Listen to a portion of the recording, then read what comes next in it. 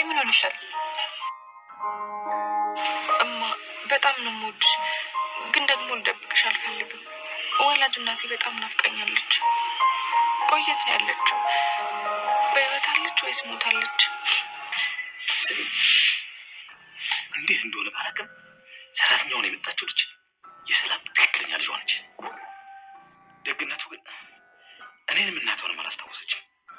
ቆይ ሞታለች አላልከኝም ነበር እንዴ? ወይኔ ጉዴ! ቆይ ብታስታውስስ?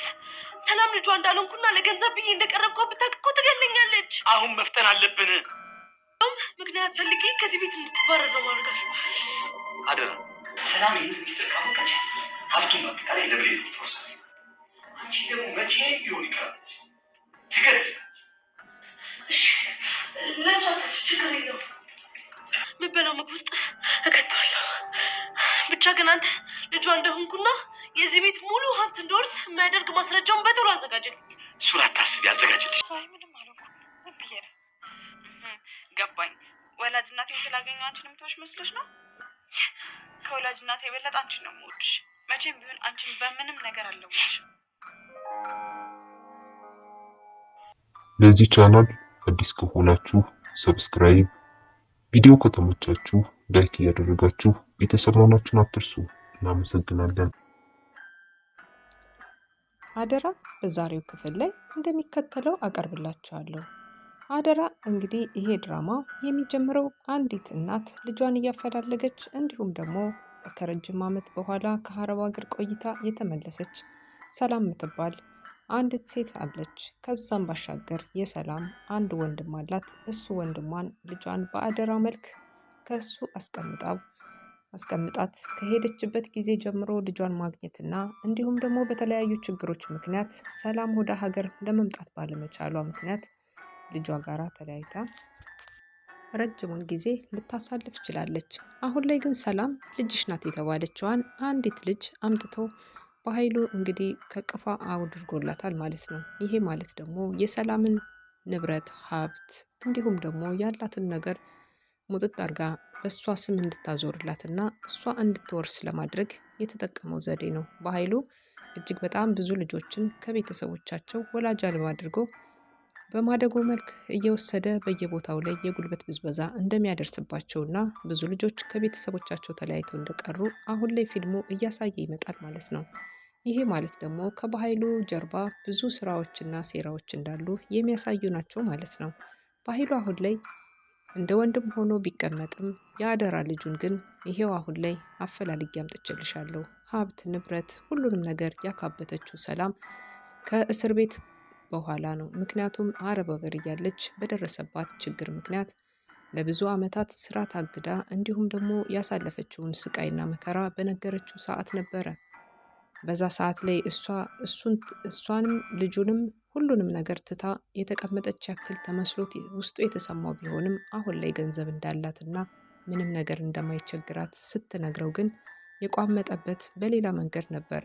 ልጇ ብሌን እንዳለች በህይወት እያወቀ ልጇ ብሌን በህይወት የለችምና ስለዚህ ይችኛዋ ናት ብሌን በማለት እንግዲህ አምጥቶ እዛ ቤት ውስጥ እንድትቀመጥ አድርጓታል ማለት ነው። ያችም ሴት በተደጋጋሚ የመድኃኒት መስጠት ሙከራና እንዲሁም የተለያዩ ግፎችን ስትሰራ እያየንባት ነበር የሰነበት ነው። አሁን ላይ ብሌን እናቷ ልታገኝ ደርሳለች። ከደረሰችበት አካባቢ ላይ ነበረ አሁን ላይ የሰማችው አዲስ ነገር አለ። እሱም ብሌን እናቷ እንደሞተችና ከአረብ ሀገር ታማ መጣ እንደሞተች ሰማች። እጅጉን በጣም አዝና እጅጉን በጣም ተናዳ እያለቀሰች ወደ ምትሰራበት አሰሪዎቿ ቤት ሄዳ ነበረ። አሰሪዎቿ ቤት የሄደችው ሰላም እናቷ እንደሆነች አታውቅም። እናትና ልጅ ግን አንድ ቤት ተቀምጠው እሷም ጠረኗን ስታሸት ልጄም እንደዚህ ነበር ጠረኗ፣ ስታቅፈኝ እንደዚህ ነበር የምትሆን እያለች ሰላምም እንግዲህ በናፍቆት ትብሰለሰላለች ማለት ነው። በዚህ ሰዓት ላይ ሁለታቸውም እናትም ልጅም የሚሰማቸው ትልቅ ደስታ አለ። ሲተቃቀፉ በተለይ ውስጣቸው ላይ የልጅነት የእናትነት ስሜቱና እንዲሁም ደግሞ ልጅ ደግሞ እናቴ ብትሆን ያለችው ምኞታ ውስጣቸው ላይ እንዳለ የሚያስታውቅባቸው ነገር አለ። አሁን ላይ ልጅ ተብሏ በቤት ውስጥ የምትቀመጠዋ ሴት እያንዳንዱ ሪፖርት ለበኃይሉ የምታቀርብ ብትሆንም አሁን ላይ ግን እያንዳንዱ ንብረት እችን ሴት ገድዬ እወስዳለሁ፣ ከወሰድኩም በኋላ ደግሞ ሁሉንም ነገር የራስ ያደርጋለሁ። በኃይሉን እንግዲህ ከዚህ ጨዋታ ውጭ ልታደርገው ሀሳብና ምኞት እንዳላትም በውስጧ እየነገረች ራሷን እያሳመነች ትገኛለች ማለት ነው። አደራ በአሁኑ ሰዓት ላይ እንግዲህ ፊልሙ እጅግ በጣም አሪፍና ደስ እያለ እየሄደ ቢሆንም ገነት አንድ ሌላ ጥሩ ዜና ብትሰማም በጎን በኩል ደግሞ ሌላም ጉዳትም ደርሶባታል። እንግዲህ በኃይሉ ያዘጋጀላትን አንድ ወንጀለኛ ካላወቀችም ነበር ብሌንን ልትቀበል እንዲሁም ደግሞ ከእናቷ ከሰላም ጋር ለማገናኘት እየተንቀሳቀሰች ባለችበት ሰዓት ላይ ነበረ አንድ ያላሰበችው ዱብዳ ከኋላዋ መጥቶ እንቅ ያደረጋት። በዛ ሰዓት ነበረ ራሷን ስታ አልጋ ላይ እንድትወድቅና እንዲሁም ደግሞ አፏንና አፍንጫዋን በማፈን እጅግ በጣም ለረጅም ሰዓት ሲታገላት የነበረ አንድ ሰው አለ። እሱም በህይወቷ ላይ የመጨረሻ እስትንፋሷን ለመቁረጥ እየወሰነ ባለበት ሰዓት ነበረ ወደ ግድግዳው አይኖቹ ጣል ያደረጋቸው። እነዛ አይኖቹ ያዩት ፎቶ አንድ ልጅ ነበረ። ምክንያቱም ደግሞ በኃይሉ ቤት ሲሄድ እዚህ ጋር ጠብቀኝ፣ በር ላይ ጠብቀኝ፣ እኔ ቤት ገብቼ መጣው በማለት ጥሎት ሲወጣ አንድ ልጅ መጥቶ ፎቶግራፍ ይዞ ይቺ እናቴ ናት፣ እባክህ ከበኃይሉ ጋር እየሰራ ስለሆነ ይችን እናቴን ምታቃት ከሆነ አብረኸው ስለምሰራ መቼም አይጠፋህም ብዬ ነው በልጅነታችን የተለያየን በማለት ያንን ፎቶ ያሳየዋል። ያየውን ፎቶ አጋጣሚ ላይ ግድግዳ ላይ እሷን እየገደላት እያለ ነበር ያንን ፎቶ ያየው። ገነት ትረፊ ያላት ነፍስ ይሉሃል። እንደዚህ ነው ገነትን በህይወት ልትቆይና የልጇን መኖር ልትሰማ ግዴታ ሆነባት። በዛ ሰዓት ነበረ እሷን ሊገላት አፍኗት እንዲሁም ራሷን ስታ አየር አጥሯት በወደቀችበት ቅስፈት ላይ ነበረ ገነት ገነት ገነት በማለት በመጣራት ውሃ ከጀሪካን አንስቶ አርከፍክፎባት። ከዛም በኋላ ገነት ወደ ራሷ ተመልሳ ደንግጣ ማነህ ምንድነህ በማለት ያለውን ነገር ያች ማናት እዛ ፎቶ ግድግዳው ላይ የተለጠፈው ማን ነው በማለት ጥያቄ ሲያፋጥጣት እኔ ነኝ አለችው በምልክት አድርጋ። እሷ መሆኑን ነገረችው። ምን ፈልጎ እዚህ እንደመጣና ምን ችግር እንዳለበት ለመጠየቅ እንኳን ጊዜ አልሰጣትም ነበረ። ምክንያቱም እሱ የመጣበት ዓላማ እሷን እስከ ወዲያኛው ድረስ ማሰናበትና እስትንፋሷን መቁረጥ ነበር የመጣው። ታዞ ነው የመጣው። ትዕዛዙንም ለመፈጸም እቤት ውስጥ የገባው ለዛ ነበረ። በኃይሉ አሁን ላይ እንግዲህ ገነት እንደሞተች ነው የሚያውቀው። ገነት ግን አልሞተችም፣ በህይወት አለች። እንዲሁም ሌላው ቀርቶ ሌላ በረከት ይዞላት መጥቷል። ሞቷን እንግዲህ በደስታ የቀየረላት የልጇ መገኘት ነው ማለት ነው። አሁን ላይ ለምን ሊገለኝ መጣ ለምን የሚለውን ጥያቄ ትታ ከዋናው ነጥብ ላይ ያደረገችው የልጇን መገኘት ነው ማለት ነው። ልጇ እንግዲህ አድራሻም አልተቀያየሩም፣ አልተለዋወጡም። እኔ የምልህን አንድ ፍላሽ አለ ከባኃይሉ ኪስ ሄደህ ታመጣልኛለህ። ቤቱ ላይ ውስጥ ላይ ግን ስትሄድ ከጃኬቱ ላይ ነው የምታገኘው፣ ግን ደግሞ ከሰላም ቤት ውስጥ ላይ ነው በማለት እንግዲህ ሰላምን አከብራታለሁ እንዴት ብዬ እሷ በሌለችበት እገባለሁ በማለት እንግዲህ የገነት ልጅ ይሄንን ጥያቄ መልሶለት ነበረ።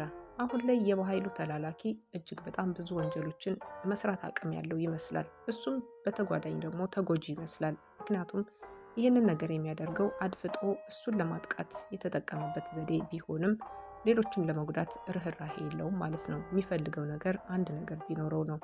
አሁን ላይ የገነት ልጅ እነ በኃይሉ ቤት ተከራይቶ የሚኖረው በእርግጠኝነት በኃይሉ ይሄ ልጅ ማን እንደሆነ አያውቅም፣ የገነት ልጅ እንደሆነ አያውቅም። ስለዚህ በልጅነቱ ኳስ እየተጫወተ እንዲሁም በነበረበት ሰዓት ላይ አንድ ፋብሪካ ላይ እንደዚህ ልጆችን እንደ ማደጎነት ወስዶ እንዲሁም የጉልበት ስራና በጉልበት ብዝበዛ ላይ የሚያኖራቸው አንድ ድርጅት እንደነበረና ከጊዜያት በኋላ ያ ድርጅት እንደተነቃበት ከተነቃበት በኋላም ደግሞ ወደ ሕግ ቦታ ቀርቦ መፈራረሱና ከዛ በኋላ ውስጥ ላይ የተቀመጡ ልጆች የተሰባሰቡ ልጆች መበተናቸውን ይሄንን አስታውሶ እየተናገረ ነበረ። አሁን ላይ ብሌን እንግዲህ ይሄንን ወሬ ሁሉ ሰምታለች። እናቷን መሞቷን የነገረቻቸው እግረ መንገዷን ደግሞ እሱም ደግሞ እናቱን ለረጅም ዓመታት እንዳጣና አሁን ላይ አንቺ እድለኛ ነሽ፣ የእናትሽን መሞት ሰምተሻል። እኔ እኮ ትኑር ትሞት እንኳን አላቅም፣ የኔም ሞታ ነው የሚሆነው፣ ሁሉ ቦታ ፈልጊያት አጥቻታለሁ በማለት እንግዲህ ከብሌን ጋራ የነበራቸውን ብሶት እንዲሁም ደግሞ አጠፋፋቸው ወይም ደግሞ የእናቶቻችንን ያጣንበት ጊዜ መመሳሰል እና የኔና አንቺ ታሪክ አንድ አይነት የሚያደርገው ብዙ ነገር አለው እያለ ሲያመካክራት ነበር ማለት ነው። ሲነጋገሩም ነበረ። ሁለታቸውም ተጎጂዎች ናቸው። ግን ደግሞ የእሱ እናት እሷን እያሳደገች እንደሆነ እንዲሁም ደግሞ የብሌን እናት ደግሞ ቤቷ ውስጥ ሰራተኛ ሆና ተቀጥራ እየሰራች እንደሆነ ምንም አይነት መረጃውና ፍንጭ የሌላቸው የሁለቱ ምስኪን እህትና ወንድሞች ታሪክ እጅጉን በጣም ልብ የሚነካ ነው። አሁን ላይ ገነት በህይወት መትረፏ እጅግ በጣም ደስ ቢልም በቀጣይ ጊዜያት ግን ድጋሚ በህይወት መቆየቷ ያሳስባል። ምክንያቱም ደግሞ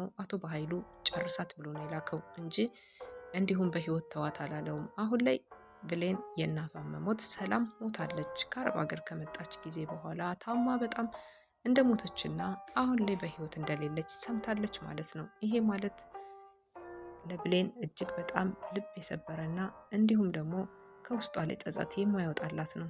ገነት እንግዲህ ባደረገችው ነገር ብትጸጸትም ግን ደግሞ አንድ ነፍስ ሌላ ነፍስ አትርፋለች። ምክንያቱም ልጅሽን ከምገለው ታደርጊዋለሽ ስላላት እሱም ደግሞ ለእናቷን ላያመጣለት ቃል ስለገባለት ይሄ ነገር ሁለቱን አዋህዶ ነበር ያ ገዳይ እንግዲህ ገነትን ነፍሷን እንድትቆይ ያደረጋት ማለት ነው።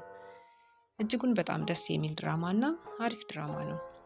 ውድና የተከበራችሁ ቀጣዩን ክፍል ደግሞ እንግዲህ በሚከተለው መልኩ አድርጌ አቀርብላችኋለሁ ማለት ነው። ከጓጓችሁና እንዲሁም ደግሞ ይሄንን ድራማ ለማየት የፈለጋችሁ በቀጣይ ክፍል ላይ ሁሉንም ነገር ደግሞ እንደዚህ አሳምሬ እንደማመጣላችሁ ተስፋ አድርጋለሁ።